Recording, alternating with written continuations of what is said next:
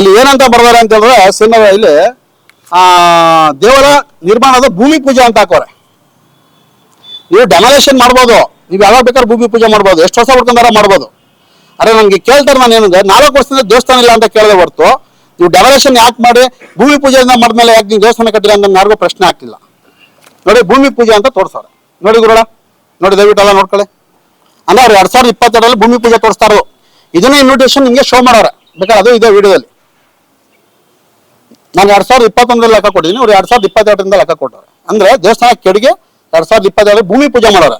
ಇನ್ನ ದೇವಸ್ಥಾನ ಕಾರ್ಯಕ್ರಮ ಕಾರ್ಯನ ಮುಂದಸ್ಸಿಲ್ಲ ಅವರು, ಬರೀ ಭೂಮಿ ಪೂಜೆ. ಭೂಮಿ ಪೂಜೆ ಯಾರಕ್ಕಂದ್ರೆ ಅಂದ್ರೆ ಅವರು ಅದನ್ನೇ ನೀವು ಹೇಳಿ ತಪ್ಪೇನಿಲ್ಲ. ನಾನ್ ಕೇಳೋ ಪ್ರಶ್ನೆ ಏನಂದ್ರೆ, ನೀವು 2 ಅಕೌಂಟು ಅರ್ಕೇಶ್ವರ ಸ್ವಾಮಿ ಸಮಿತಿಯಿಂದಾನೆ ಅದನ್ನ ಮಾಡಿರೋದು. ಹೌದು.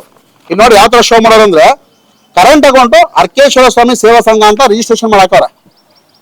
ಇದು ಹೊಸದಾಗಿ ಓಪನ್ ಆಗಿರೋ ಗುರುಗಳ. ನೋಡಿ ಮಾದೇವರ, ಇದು ನಿಮ್ದು ಟ್ರಸ್ಟ್ ಅಲ್ಲಿ ಇವಾಗ ಮೊನ್ನೆ ಓಪನ್ ಆಗಿರೋದು.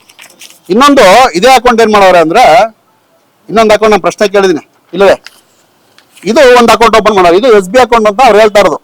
ನೀವು ಕರ್ನಾಟಕ ಬ್ಯಾಂಕ್ ರಾಮನಗರ ಬ್ರಾಂಚ್ ಅಂತ ಯಾಕೆ ತೋರಿಸ್ತಾ ಇದ್ದೀರಾ? ಇದು ಅರ್ಕೇಶ್ವರ ಸೇವಾ ಸಂಘ ಸಮಿತಿ ಸಂಘ ಅಂತ ತೋರಿಸ್ಬೋದಾಯ್ತಲ್ಲ. ಇದ್ರು ನೀವು ಒಂದೇ ನಂಬರ್ನ ಒಂದೇ ಅರ್ಕೇಶ್ವರ ಸೇವಾ ಸಂಘ ಅಂತ ಹೇಳಿ 2 ನಂಬರು ಅಕೌಂಟ್ ನಂಬರ್ ಒಂದೇ ಶೋ ಅಲ್ಲಿ ಒಂದೇ ಪೇಜಲ್ಲಿ ಶೋ ಮಾಡ್ಬೋದಾಯ್ತಲ್ಲ. ಬೇರೆ ಬೇರೆ ಪೇಜಲ್ಲಿ ಯಾಕೆ ಶೋ ಮಾಡ್ತಾ ಇದ್ದೀರಾ ನೀವು? ಇದಕ್ಕೆ ಯಾಕೆ ಸಂಘ ರಿಜಿಸ್ಟರ್ ಆಗಿರೋದು ಫಸ್ಟ್ SB ಅಕೌಂಟ್ ಅಲ್ಲೇ, ಇದನ್ನ ಯಾಕೆ ನೀವು ಸಂಘ ಅಂತ ತೋರಿಸಿಲ್ಲ? ನನ್ನ ಪ್ರಶ್ನೆ. 2022ರಲ್ಲಿ ಎಷ್ಟು ತೋರಿಸಿದ್ರೆ ನೀವು ಅಮೌಂಟು? 6 ಕೋಟಿ.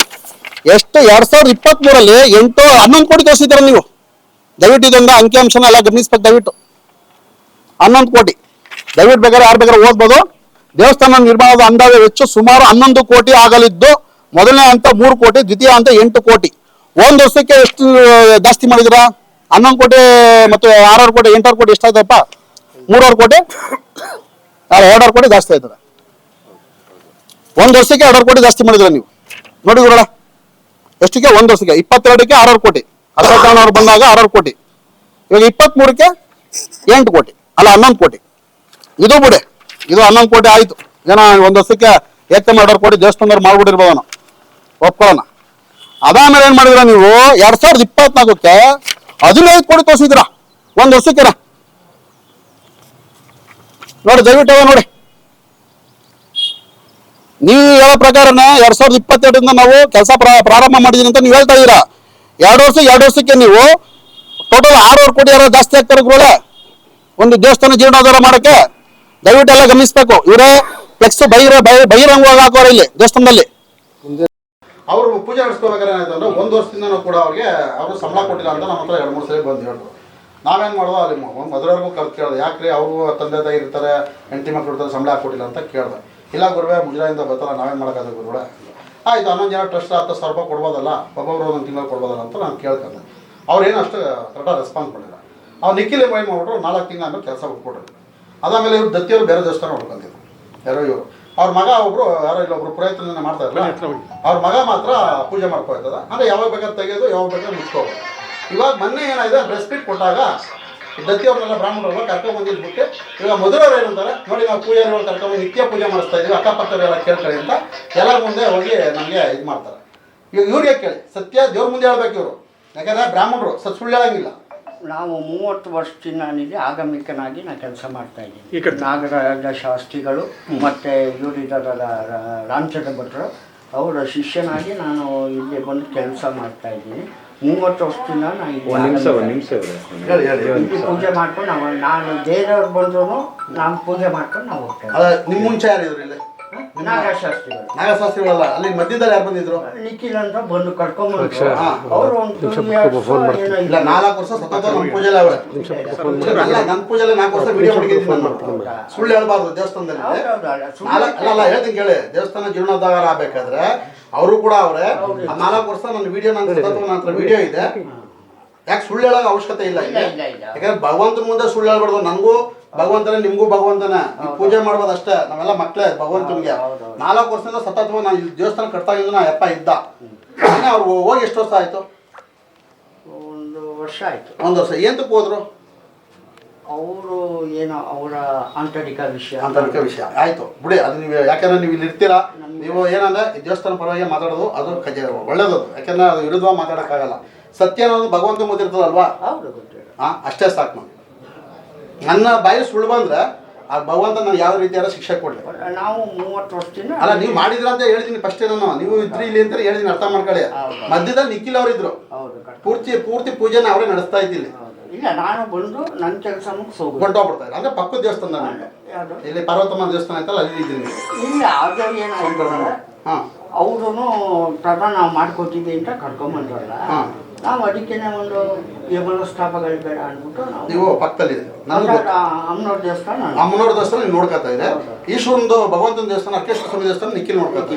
ಈಗ ನಿಖಿಲ್ ಬರ್ದೋದಾಗ ಏನಾಯ್ತು ಅಂದ್ರೆ ನೀವು ಬರ್ತಾರಲಿಲ್ಲ ಇಲ್ಲಿ ನೀವು ನೋಡ್ಕೊಟ್ಟ. ಅಲ್ಲ, ನಿಖಿಲ್ ಬಿಟ್ಟೋದ್ಮೇಲೆ ಬಿಟ್ಟೋದ್ಮೇಲಿಂದ ಇವರು ಮೋಹನ ಅಂತ ಮೋಹನ್ ಅವ್ರ ಮಗ ಚಿಕ್ಕ ಹುಡುಗ. ನಾನು 3 ಲಕ್ಷ ದೇವಸ್ಥಾನಕ್ಕೆ ಬಂದಾಗ ಏನಂತ ಹೇಳೋಣ ಅಂದ್ರೆ, ಯಾರು ಪೂಜಾರಿ ಇಲ್ವಾ ಅಡುಗೆ? ಇಲ್ಲ ಅಣ್ಣ, ಯಾರು ಇಲ್ಲ, ನಾನೇ ತೆಗಿತೀನಿ, ನಾನೇ ಬರಲಾಗುತ್ತೆ ಅಂತ. ಬೆಳಗ್ಗೆ ಮುಗಿಸ್ಕೊಂಡು ನಾವು ಹೊರಟೋಗ್ಬೋದು. ತಿರಾ ಸಾಯಂಕಾಲ ನೈಟ್ ಒಂದು 6 ಗಂಟೆ ದೇವಸ್ಥಾನ ಕಾರ್ಯಕ್ರಮ. ಹೌದು, ನಾನು ನಿಮ್ಮ ಬಗ್ಗೆ ಮಾತಾಡ್ತಾರ ಸ್ವಾಮಿ. ಇಲ್ಲಿ ಮಾತಾಡ್ತಾರೆ ಅರ್ಥ ಯಾರ ಬಗ್ಗೆ ಹೇಳಿ? ದೇವಸ್ಥಾನ ಬಗ್ಗೆ ಮಾತಾಡ್ತಾ ಇದ್ದೆ. ಸತ್ಯ ಗೊತ್ತಾಗಬೇಕಷ್ಟೇ ಭಗವಂತನ ಮುಂದೆ. ಅಷ್ಟೋತ್ತರ ಅರ್ಚನ ಪೂಜಾಂಕರೇಶೆ. ಇಲ್ಲಿ ಸಿ.ಎನ್.ಆರ್. ವೆಂಕಟೇಶ್ವರ ಹೇಳ್ತಾರೆ, 50,000 ಕೊಟ್ಟಿರೋರ ಬಗ್ಗೆ 50,000 ಕೊಟ್ಟವ್ರಂತ ಹೆಸರು ಹೇಳ್ತಾವ್ರೆ. ಆಯ್ಬಿಟ್ರು ಗೋಪಾಲರ ಅಕ್ಕನ ಮಗಳು ಯಾರ ಅಕ್ಕ ಯಾರೋ 1 ಲಕ್ಷ ಕೊಟ್ರು ಅಂತ ಹೇಳ್ತಾರೆ. ಇನ್ನವ್ರು ಯಾರು 1 ಲಕ್ಷ ಕೊಟ್ರು ಅಂತ ಹೇಳ್ತಾರೆ. ಆಮೇಲೆ ನಿಮ್ಮ ಕಮಿಟಿಲಿ ನಾಗೇಶ್ ಅವ್ರ ಪಕ್ಕ ಕುತ್ಕೊಂಡವ್ರೆ, ರವಿಶ್ವರ್ ಅವರು ನಮ್ಮ ಗೋಪುರಕ್ಕೆ 12 ಲಕ್ಷ ಒಪ್ಕೊಂಡವ್ರು, ಅವ್ರು 8 ಲಕ್ಷ ದುಡ್ಡು ಕೊಡೋರು ಅಂತಾರೆ. ಗೋಪುರನೆಲ್ಲ 8 ಲಕ್ಷ ಹಾಕಿಸ್ಕೊಂಡ್ರಿ ನೀವು? ಇರ್ಲಿ, ನಿಮ್ಮ ಕಮಿಟಿಯವ್ರು ಅಡ್ಜಸ್ಟ್ ಮಾಡ್ಕೊತಾರೆ ಬಿಡಿ. ನೀವು 50,000 ಲೆಕ್ಕ ಕೊಡ್ತಾ ಇದ್ದೀರಾ, ಹೆಸರು ಹೇಳ್ತಾ ಇದ್ದೀರಾ. 1 ಲಕ್ಷ ಕೊಟ್ಟರೆ ಹೆಸರು ಹೇಳ್ತಾ ಇದ್ದೀರಾ. ನೀವು 8.5 ಲಕ್ಷ ಒಬ್ಬ ಮನುಷ್ಯ ಅವ್ನು ನಿನ್ ಕೊಟ್ಟಾನೆ ದೇವಸ್ಥಾನಕ್ಕೆ ಅಂದ್ರೆ ಇನ್ನ ಎಷ್ಟು ಬೇಕಾದ್ರೆ ನಾನು ದುಡ್ಡು ಕೊಡ್ತೀನಿ ಅಂತ ಅವ್ನಿಗೆ ನೀವು ಯಾವ ರೀತಿ ಮರ್ಯಾದೆ ಕೊಟ್ಟು ಮಾತಾಡ್ಬೇಕು? ಇವರು ಯಾರೋ ಒಬ್ರು ಮಾತಾಡ್ತಾರೆ, ರವಿಶ್ವರ್ ನಾಗೇಶನ್ ಅವರು ಯಾರೋ ಒಬ್ಬ ವ್ಯಕ್ತಿ ರೀ. ನಾವು ಹೋದಾಗ 1 ಲಕ್ಷ ಕೊಟ್ರು ರೀ, 1,15,000 ಒಪ್ಕೊಂಡ್ರಿ. ಆಮೇಲೆ 2 ಲಕ್ಷ ಕೊಟ್ರು ರೀ, ಆಮೇಲೆ 5 ಲಕ್ಷ ಕಮನ ಕೊಟ್ರು ರೀ. ಯಾರೋ ಒಬ್ಬ ವ್ಯಕ್ತಿ ಅಂದ್ರೆ ಯಾಕೆ ನಾಚಿಕೆ ಅಲ್ವನ್ರಿ ನಿಮ್ಗೆ? ಅವ್ರ ಹೋಗಿ ಕೇಳಿದ ತಕ್ಷಣ ನೀವು ಕರೆದಿ ಕುಣಿಸಿ, ಕೂಲ್ ಡ್ರಿಂಕ್ಸ್ ಕೊಟ್ಟು, ಕಾಫಿ ಕೊಡಿಸಿ, 5 ಲಕ್ಷ ರೂಪಾಯಿ ಕಮನ ಕೊಟ್ಟು, ಲಕ್ಷ ದುಡ್ಡು ಕೊಟ್ಟು ನಿಮ್ಗೆ ಎಷ್ಟಿಗೆ ಬೇಕಾದ್ರೆ ಬಂದು ಕೊಡಿ ಅಂತ ಆ ಮನುಷ್ಯ ಬಾಯಿ ತುಂಬಾ ಹೇಳಿದ್ಮೇಲೆ ನೀವು ಹೆಂಗ್ ಗೌರವ ಕೊಡ್ಬೇಕು?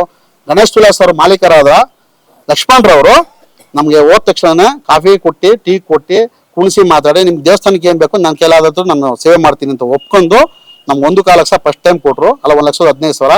2ನೇ ಟೈಮ್ 2 ಲಕ್ಷ ಕೊಟ್ರು. ನಾವು ಚೆಕ್ ರೆಸಿಪ್ಟ್ ಹಾಕೊಟ್ಟಿದ್ವಿ. 3ನೇ ಸಲ ಕಬಣ ಕೊಡಿ ಅಂದ ತಕ್ಷಣ ಕಬಣ ಕೊಟ್ರು. ದಯವಿಟ್ಟು ನಾವು ಅದಕ್ಕೆ ರೆಸಿಪ್ಟ್ ಏನು ಹಾಕೊಟ್ಟಿಲ್ಲ, ಅದನ್ನೇ ತಂದು ನಾವು ಪಾಯಿಕ್ ಹಾಕೊಂಡಿದ್ದೀವಿ. ಅದನ್ನ ಯಾಕೆ ಕೇಳಿಲ್ಲ ನೀವು? ರೆಸಿಪ್ಟ್ ಯಾರು ಕೊಟ್ಟಿದ್ರಲ್ಲ ಸ್ವಾಮಿ ಎಲ್ಲಾರ್ಗು, ಅದ್ರ ದುಡ್ಡು ಏನಾಯ್ತು?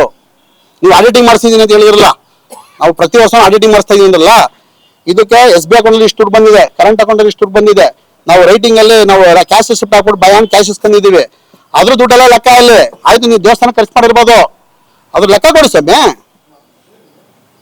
ನೀವು ಪಬ್ಲಿಕ್ ಆಗಿ ಬೇರೆ ಇಟ್ಬೋದಲ್ಲ, ನಾವು ಯಾವ ದುಡ್ಡು ತಿಂದಿಲ್ಲ, ಯಾವ ಅವ್ಯವಹಾರ ಮಾಡಿಲ್ಲ, ನೋಡಿ ನಾವೆಲ್ಲ ಪಕ್ಕ ಇದ್ದೀವಿ, ಖರ್ಚಿಷ್ಟಾಗಿದೆ, ವೆಚ್ಚ ಎಷ್ಟಾಗಿದೆ, ಇಷ್ಟ ಕೋಟಿ ದುಡ್ಡು ಬಂದಿದೆ, ಇಷ್ಟು ಕೋಟಿ ಖರ್ಚಾಗಿದೆ, ಮುಜರಾಯಿ ಇಷ್ಟು ಕೊಟ್ಟವ್ರೆ. ನೀವೇನು ಲೆಕ್ಕನೇ ಕೊಡಿಲ್ಲ. ಲೆಕ್ಕ ಯಾರು ಕೊಟ್ಟಿರೋ ಗೊತ್ತವ್ರು? ಚೆಕ್ ಮುಖಾಂತರ ಯಾರು DC ಕೈಗೆ ಹೋಗಿದೆ, 20 ಲಕ್ಷ ರೂಪಾಯಿ CM ಲಿಂಗಪ್ಪ ಅವ್ರ ಕಡೆಯಿಂದ 20 ಲಕ್ಷ ರೂಪಾಯಿ ಬಂದಿದೆ. ಅದು DC ಅವ್ರ ಕೈಲಿ ಹೋದ್ಮೇಲೆ ಲೆಕ್ಕ ಕೊಡ್ತಾ ಇದ್ರ. ಆ ದೇವೇಗೌಡರು 5 ಲಕ್ಷ ಕೊಟ್ಟವ್ರೆ, MLC ಅವರು 4 ಲಕ್ಷ ಕೊಟ್ಟವ್ರೆ. ಅದನ್ನ ನೀವೇನ್ ಮಾಡ್ತಾ ಇದ್ದೀರಾ ಅಂದ್ರೆ ಬಹಿರಂಗವಾಗಿ ಹೇಳ್ತಾ ಇದ್ರು. ಯಾಕಂದ್ರೆ ಅದು DC ಅವ್ರ ಕೈಲಿ ಹೋಗಿದೆ. ಅವಾಗ 75% ನಮ್ಮ ಇದಕ್ಕೆ ಬಂದಿದೆ, ಮುಜರಾಯಿ ದುಡ್ಡು ಬಂದಿದೆ, ಇನ್ನ 25% ಬಂದಿಲ್ಲ ಅಂತ ಹೇಳಿದ್ರೆ ನೀವೇ ಸ್ಟೇಟ್ಮೆಂಟ್ ಕೊಟ್ಟಿದ್ದೀರಾ. ಆಯ್ತು ಸ್ವಾಮಿ, ಅವರೆಲ್ಲ ದಾನಿಗಳು. ಅಂದ್ರೆ ನಿಮ್ಗೆ 500 ರೂಪಾಯಿ ಹಾಕಿರೋ, 100 ರೂಪಾಯಿ ಹಾಕಿರೋ, 1,000 ರೂಪಾಯಿ ಹಾಕಿರೋ, ಅಕೌಂಟ್ಗೆ Google pay, phone pay, scanner ಎಲ್ಲ ಹಾಕಿದ್ರಲ್ಲ, ಅವ್ರು ಹಾಕಿರೋರೆಲ್ಲ ಹಂಗಾರೆ ದೇವರು ದಾನಿಗಳಲ್ವಾ? ಹಂಗಾರೆ ಕೆಲವರು ಬಿಗ್ ಅಮೌಂಟ್ ಹಾಕಿರ್ತಾರಪ್ಪ, ದೊಡ್ಡ ಅಮೌಂಟ್ ಹಾಕಿರ್ತಾರೆ ದೇವಸ್ಥಾನಕ್ಕೆ ಅಂತ. ಅದಕ್ಕೆ ಯಾಕೆ ನೀವು ಲೆಕ್ಕ ಕೊಡ್ತಾ ಇಲ್ಲ? ನೀವು ಕನ್ನಡ ಇದ್ರಲ್ವಾ, ಪ್ರಾಮಾಣಿಕ ಇದ್ರಲ್ವಾ? ನೀವು ಹೇಳ್ಕೋಲ್ಲ ಪ್ರಾಮಾಣಿಕ ಇದ್ದೀನಿ ನಾನು ಅಂತ. ಜನ ಹೇಳ್ಬೇಕು ನಿಮ್ಮ ಪ್ರಾಮಾಣಿಕ ಹೋರೆ ಅಂತ. ನೀವು ಪಾಲಿಕೆ 80 ಲಕ್ಷ ರೂಪಾಯಿ ಲೆಕ್ಕ ಹೇಳ್ತೀರ ಲಾಸ್ಟಲ್ಲಿ ನೀವು. ಸಿ.ಎನ್.ಆರ್. ವೆಂಕಟೇಶ್ವರ ಎಷ್ಟು ಹೇಳಿ? 80 ಲಕ್ಷ ರೂಪಾಯಿ. ಯಾರೋ ಒಬ್ಬ ಇಂಜಿನಿಯರ್ ಕರ್ಕೊಂಡ್ಬಿಡ್ತೀನಿ, ಈ 21 ಅಡಿ ಪಾಲಿಕೆ 80 ಲಕ್ಷ ರೂಪಾಯಿ ಆಯ್ತದೆ ಅಂತ ಹೇಳಿದ್ರೆ ಅವ್ರು ಏನಾದ್ರು ನಾನು ತಲೆ ಬಗಿಸ್ತೀನಿ. ಹಂಗಾರೆ ಗಣೇಶ್ ಲಕ್ಷ್ಮಣ್ ಕೊಟ್ಟಿರೋ ಕಬ್ಬಣ ಲೆಕ್ಕಕ್ಕೆ ಇಲ್ವಾ? ಗೌರ್ಮೆಂಟ್ ನಿಂದ ಬಂದ್ರೆ ಸಿಮೆಂಟ್ ಲೆಕ್ಕಕ್ಕೆ ಇಲ್ವಾ? ನೀವು ಲಕ್ಷ್ಮಣನ ಹೆಸರು ಹೇಳ್ತಾರ ಪಬ್ಲಿಕ್ ಅಲ್ಲಿ ಅಂತ ಅಂದ್ಮೇಲೆ ಇನ್ ಬೇರೆ ಹೆಸರು ಹೇಳ್ತೇವೆ ಅಂತ ಯಾವ ಗ್ಯಾರಂಟಿ? 80 ಲಕ್ಷ ರೂಪಾಯಿ ಇದಕ್ಕೆ ಖರ್ಚಾಗಿದೆ ಅಂತಾರ. ಇದಕ್ಕೆ 80 ಲಕ್ಷ ರೂಪಾಯಿ ಖರ್ಚಾಗಿದೆ. 21 ಅಡಿ ಹೈಟ್ ಎತ್ತಿದ್ದೀವಿ ಅಂತಾರ. ಸಿಮೆಂಟ್ ಕೊಟ್ಟಿರ್ಲಕ್ಕಾಗಲ್ಲ, ಕಬ್ಬಣ ಕೊಟ್ಟಿರ್ಲಕ್ಕಾಗಲ್ಲ. ಈ ತರ ಯಾರ್ದು ಎಷ್ಟು ಅಂತ ತಗೊಂಡಿರ್ಬೋದು ನೀವು? ಸುಳ್ಳು ಹೇಳ್ಬೇಕು, ದೇವ್ರ ಮುಂದೆ ಕೂತ್ಕೊಂಡು ಸುಳ್ಳು ಹೇಳ್ಬಾರ್ದು. ಯಾಕಂದ್ರೆ ನೀನು ಮಾಡ್ತಾ ಇರೋದು ಭಗವಂತನ ಮೋಸ, ಜನಗಳಿಗೆಲ್ಲ ಮೋಸ ಮಾಡ್ತಾ ಇರೋದು.